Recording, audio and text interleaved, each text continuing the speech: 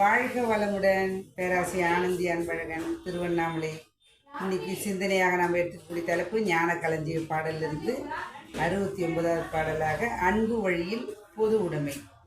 பொது உடைமை வேணும், ஆனால் அது எப்படி எடுத்துகிட்டு வரணும் அப்படின்னா அன்பால் தான், வாழ்வால் தான் எடுத்துகிட்டு வர முடியும்.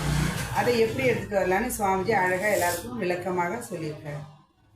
வன்முறையால் பொது உடைமை வாழ்க்கை முறை சட்டத்தால் வந்திடுமேல் அது மக்கள் வாழ்க்கை சுதந்திரத்தை பறித்திடும்.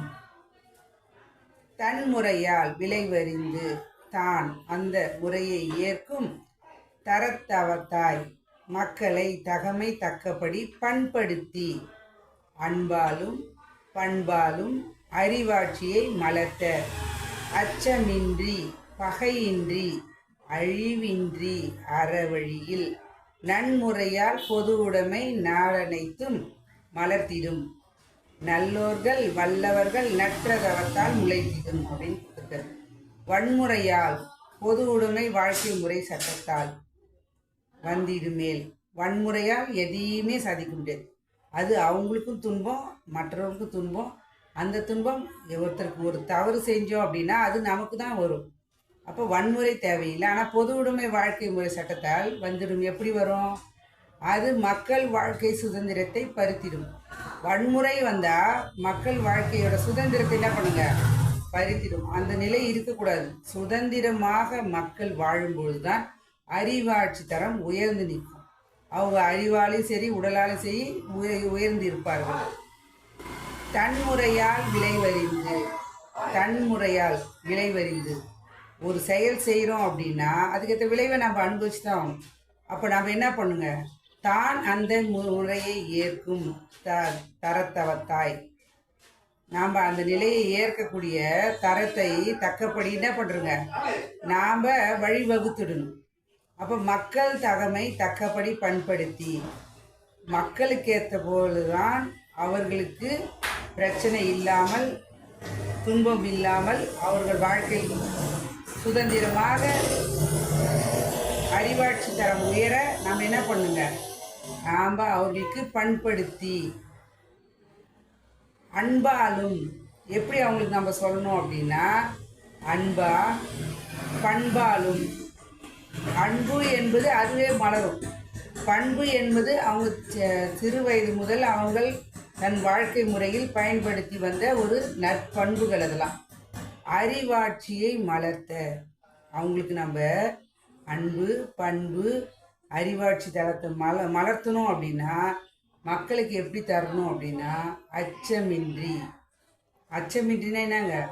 நம்ம ஒரு பயம் உள்ளே இருந்துட்டோம் அப்படின்னா அது நம்மளுக்கு ஒரு ஏதோ ஒரு நெருடல் இருந்துகிட்டே தான் இருக்கும். ஒரு எப்படி சொல்கிறது அப்படின்னா ஒரு முள்ளு குத்தின மாதிரி அந்த அது மாதிரிலாம் இருக்கக்கூடாது. ஒரு செயல் செய்கிறோம் அப்படின்னா மற்றவங்களுக்கும் சரி, சுவாமி ஒழுக்கத்துக்கு அழகாக சொல்லுவாங்க, தனக்கோ பிறருக்கோ தற்காலத்திலோ பிற்காலத்திலோ உடலுக்கோ உயிருக்கோ மூறு விளைவிக்காத செயல் ஒழுக்கம். அது போல தான் அச்சம் அப்படின்னா அந்த துன்பத்துக்கு வரும். அப்போ அச்சமின்றி பகையின்றி, பகை இருக்கக்கூடாது. அவங்களுக்கு தரமாட்டேன் இவங்களுக்கு தரமாட்டேன் அப்படி பகையை நம்ம வச்சுட்டாவே அது நம்மளுக்கு துன்பம்தான். அழிவின்றி, அழிவு இல்லாமல் வாழ்க்கையில் அவர்கள் சுகமாக வாழ பொதுவாக எல்லாருக்குமே இருக்கக்கூடிய சுகமான ஒரு சட்டத்தை தான் நம்ம எடுத்துகிட்டு வர முடியும்.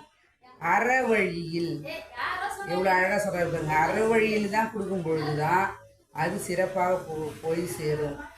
அப்போ அறம் என்பதுன்னா ஒழுக்கம் கடமை ஈகை. ஒழுக்கம் என்பது நமக்கு, கடமை என்பது நமக்கும் பிறர்க்கும், ஈகை என்பது பிறருக்கு மட்டும்தான்.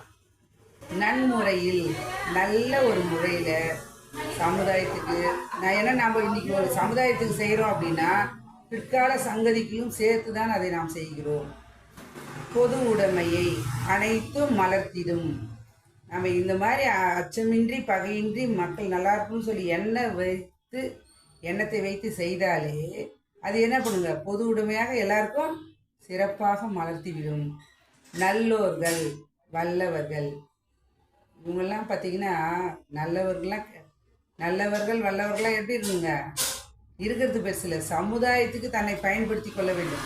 இன்றைக்கி நாமெல்லாம் வாழ்ந்த வாழ்க்கையை வாழ்ந்தோம்னா எத்தனையோ பேரோட உழைப்பு அவங்களோட அறிவு அதெல்லாம் வாங்கிட்டு தான் நம்ம வாழ்ந்துட்டுருக்கோம். அப்போ நாம் என்ன பண்ணுறோம்? நம்ம வாழ்ந்த அதாவது ஒரு சொல்லுவாங்க, நாடென செய்தது நமக்கு என கேள்விகள் கேட்பது எதற்கு, நீ என்ன செய்தாய் அதற்கு என்று நினைத்தால் நன்மை உனக்குன்னுவாங்க. அதுபோல் நம்ம என்ன பண்ணுறோங்க, நான் என்ன செஞ்சேன், நம்மளால் முடிஞ்சது, இறைவன் எனக்கு எதை கொடுக்குறானோ சிறப்பாக சமுதாயத்தை தருவோம் அப்படின்னு. அப்போ நற்றோர்கள் நற்ற தவத்தால் முளைத்திடும்.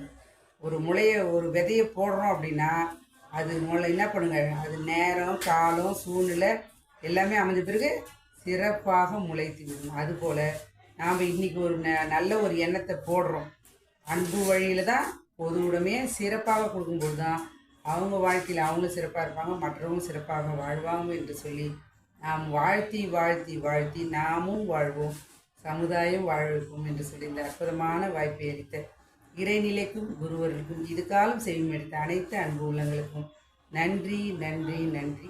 மீண்டும் ஒரு கவிதையோடு சந்திப்போம், சிந்திப்போம். வாழ்க்கை வளமுடன்.